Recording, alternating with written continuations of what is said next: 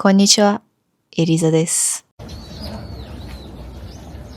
Как стажировка в Японии изменила мою жизнь?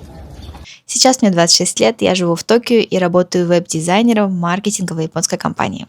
И так как это первое видео на моем канале, я бы хотела начать рассказ с того, кто я такая, как я оказалась в Японии, и закончить это все моими маленькими радостями. Цветением сливы в Токио. Поэтому, пожалуйста, досмотрите видео до конца. Блок номер один. Мечтала ли я попасть в Японию с детства? Наверное, все-таки нет. Потому что задумываться об иностранных языках я начала только в классе 11. И я лишь примерно представляла, что мне нравится и чем я бы хотела заниматься. И на тот момент возможность путешествовать, говорить на иностранных языках, как-то саморазвиваться стала моей ключевой идеей. Тем не менее, поступить на бюджет сразу на языковые специальности у меня не получилось. Как в прошлом, так и сейчас языковые специальности остаются самыми популярными во всем мире, поэтому конкурс там, конечно, высокий. Но я смогла поступить на другую специальность, креативную, связанную с теми увлечениями, которые у меня были. Я также поступила в университет, который находился в другом регионе. Сама обстановка внутри этого университета располагала к какому-то дальнейшему саморазвитию, к изучению языков и так далее. Поэтому я была довольна своим выбором. И, к слову, училась я в Дальневосточном федеральном университете на специальности издательское дело. В серьезное же изучение языков я начала уходить, наверное, где-то с курса 3-4. Вот на курсе 3 это сформировалось как какое-то хобби, как желание узнать что-то новое, да.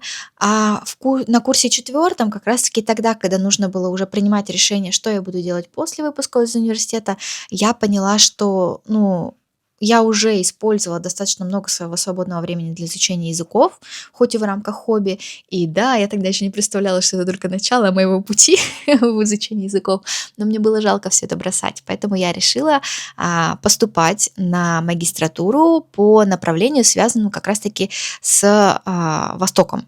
И я поступила на японистику. Блок номер 2. Стажировка за границей. Когда я окончила свое первое высшее, я сразу же моментально нашла себе 2 работы, поступила на магистратуру, а также поступила на второе высшее. И я как-то год умудрялась все это выдерживать с Божьей помощью. К слову, у меня также были дополнительные курсы по изучению японского языка, потому что я училась на японистике. Это была новая для меня специальность. Там учились ребята, которые уже оканчивали первое высшее японистику. Естественно, я очень много материала должна была осваивать самостоятельно, чтобы вообще как-то учиться. И благодаря вот этому вот периоду я смогла добиться определенных результатов. Да, я благодарна, что это у меня было. Первое, я смогла накопить достаточно денег для своего следующего шага. А следующим шагом у меня стала стажировка за границей.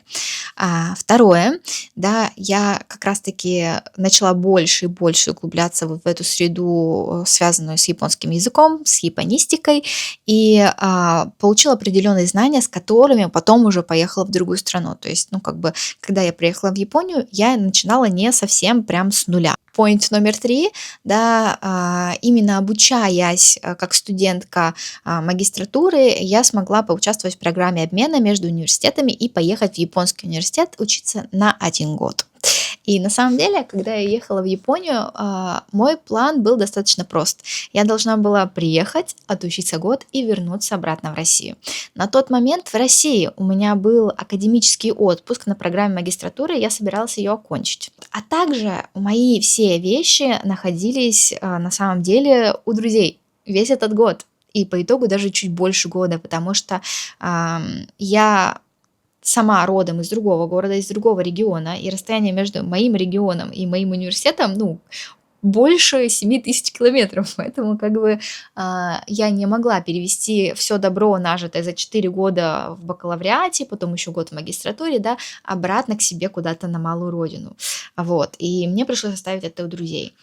Но оказавшись в японском университете и отучившись примерно полгода в нем, я резко поняла, что у меня есть шанс сделать шаг номер 3, да, перейти к новому этапу своей жизни, и это поиск работы прямо в Японии. И вот почему. Первое, у меня уже было знание японского языка на определенном уровне.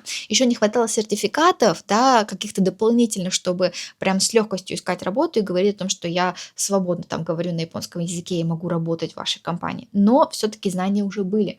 Два, я смогла интегрироваться в среду, в том числе благодаря тому, что вокруг меня было много японцев, было много друзей, знакомых и так далее. И они объяснили мне, что здесь происходит, как здесь жить. Я погрузилась в город Токио и поняла, что мне комфортно жить именно в этом месте прямо сейчас. И третье, я уже находилась в стране. Найти работу, находясь в стране, намного легче, чем найти работу из-за границы. Именно поэтому очень многие люди сначала приезжают в страну, учатся в каких-нибудь языковых школах, поступают в университеты и так далее, и уже потом изнутри пытаются найти себе работу, потому что это всегда легче. Но если вы думаете, что я вот прям сразу, как осознала, что я хочу остаться в Японии и искать работу, сразу нашла работу, вы ошибаетесь. Как минимум до вот этого момента, пока я найду работу, был еще год, даже 1,5 года. Ам, Чем я занималась в это время? Во-первых, мне нужно было закончить еще полгода моей стажировки в японском университете, и я училась все это время и параллельно пыталась как-то найти работу, понять, могу ли я вообще это делать, потому что я была студенткой по обмену. А студент по обмену хоть имеет студенческую визу, как и, собственно, те, кто приезжает в языковые школы, но все-таки чуть менее полноправен, потому что считается, что ты должен вернуться в свою страну и окончить то образование, благодаря которому приехал изначально в Японию. Поэтому я все это время училась, я собирала информацию, ходила в иммиграционный офис, расспрашивала их. При этом в отделе вот образовательном, да, мне говорили, там, вы не имеете права там получить какую-нибудь job-hunting визу, да, для поиска работы. В отделе с поиском работы мне говорили, что такие кейсы, как у вас были, то есть студент по обмену оставался в стране, и он был магистрантом, да, то есть у него уже было оконченное первое высшее, то есть он не приезжал без образования совсем, но это были те кейсы, в которых прям обосновывали, почему этот студент, точнее, почему этот человек, да, с визой студента по обмену должен остаться в Японии, почему он так важен для этой компании как специалист. И на тот момент у меня даже не было компании, которая могла бы так четко разложить по полочкам, почему я им нужна и почему они готовы взяться за мой кейс, да, как бы оформить все для меня документы в стране. Поэтому я продолжала искать. Когда закончились мои вот эти полгода, я сменила немножко визовый статус, поступила в языковую школу и, скажем так, отвязалась от статуса студента по обмену. Параллельно с этим я вышла из академического отпуска в моем российском университете, но я не просто вышла, я сразу же перешла на индивидуальный план обучения. Здесь мне повезло, я скажу честно. Я собиралась выйти на индивидуальный план обучения по нескольким пунктам, да, вот один из них, например, стажировка за границей, но я не знала, примет ли мой университет факт того, что я учусь в языковой школе, а не в университете по обмену. Тем более у меня был выпускной курс, вот. Либо по поинту работа, а у меня было аж 2 работы на тот момент параллельно со всем этим. То есть я была готова предоставить любые справки из любых компаний, что у меня есть работа, и поэтому мне нужен индивидуальный график. Но случилось чудо, и оказалось, что вот примерно в этот момент моя программа, она не то что закрылась, они ее переделали. То есть раньше у меня была одна программа, а они решили ее обновить, изменили учебные планы, изменили название программы. И когда я пришла в университет, мне сказали, что, ну, по идее, вот именно по документам, потому что старая программа закрылась и как будто открылась новая, хотя она почти такая же, да, я как будто на другую программу перехожу. И вот в таких случаях можно подать заявление на индивидуальный план и сказать, а я не хочу менять программу, потому что это был не мой выбор. Я хочу продолжать учиться по старой программе, я так и сделала. И фактически, да, в таких ситуациях ты обычно остаешься, ну, почти единственным студентом, который продолжает учиться на этой программе, потому что, ну, вот в моем случае мои одногруппники, большинство, они уже успели выпуститься, да, то есть я пока была в академическом отпуске, они, ну, там, магистратура всего 2 года, да, первый год мы все вместе отучились, год я была в академическом отпуске, они уже год выпустились, вот, и, собственно, они выпустились, а я осталась, и еще несколько ребят, таких же, как я, которые тоже были на стажировке, остались, и вот мы как-то, не знаю, дружно, не организованно, но как бы сделали одно и то же. Подали документы на индивидуальный план и учились, получается, онлайн. То есть я, находясь в Японии, обучаюсь в языковой школе, ну, как бы работая онлайн, писала магистерскую диссертацию и вот закрывала свою вот эту вот магистратуру. Вот, то есть вот этот вот еще год я занималась тем, что я сменила визовый статус, я работала, я училась, и я ходила на миллиарды, тысячи, сотни разных собеседований по разным трекам. И по треку Шинсоцу, то есть это вот люди, которые только-только выпускаются из университета, и типа якобы у них нет опыта работы. И по треку людей с опытом работы. Вот. Но это уже история для следующего видео, поэтому я не буду углубляться в эти моменты. Ну и поиски работы сами вот такие основные, наверное, заняли у меня как минимум год. Да, я могла бы найти работу раньше, и, честно говоря, у меня в руках уже был вот этот вот вариант, который я могла почти сразу взять. Да, более того, вот я поступила в языковую школу, и у меня почти сразу появился в руках вот этот вариант получения рабочей визы. Но это была не та работа, которую я хотела выполнять, это раз. Два, я уже оплатила год обучения в языковой школе, поэтому как бы я все равно собиралась учиться и использовать вот это вот оплаченное время по максимуму. Деньги-то мне бы не вернули, скорее всего. Вот.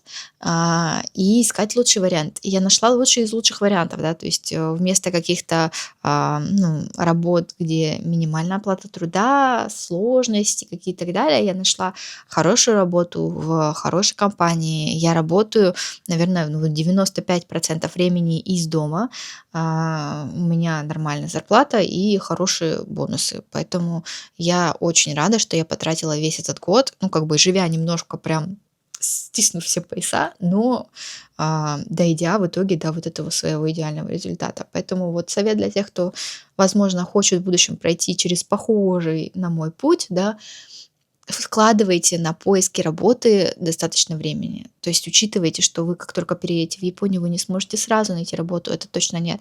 Пока вы интегрируетесь в среду, пока вы получите какие-то связи, пока вы сдадите все экзамены и так далее, это все займет время, ну, минимум полгода. И плюс еще год, если вы хотите найти себе работу мечты.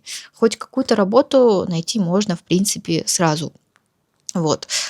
Ее очень можно как-то быстро найти, особенно если вы знаете, где искать, и уже как бы всю необходимую базу для этого создали, да, там высшее образование, сданные экзамены, то есть у вас уже все на руках, вот нужен только работодатель. Да, если вы хотите найти прям хороший вариант, то тогда будьте готовы к тому, что это занимает время, и это занимает определенные средства, поэтому придется очень много подрабатывать, пока вы будете идти к своей цели.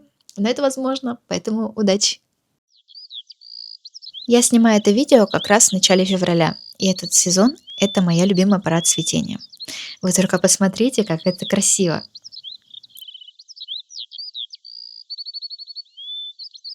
К слову, это был первый раз, когда я вышла на улицу с моей новой камерой, и как правильно снимать в присутствии людей, я пока что еще не очень понимала. Я надеюсь, что в будущем у меня будет получаться создавать больше интересных историй из моей жизни, а также делиться информацией о дизайне, креативности, маркетинге в Японии с каким-то японским колоритом. Буду рада, если вы продолжите смотреть мои видео и оставлять какие-то реакции на них.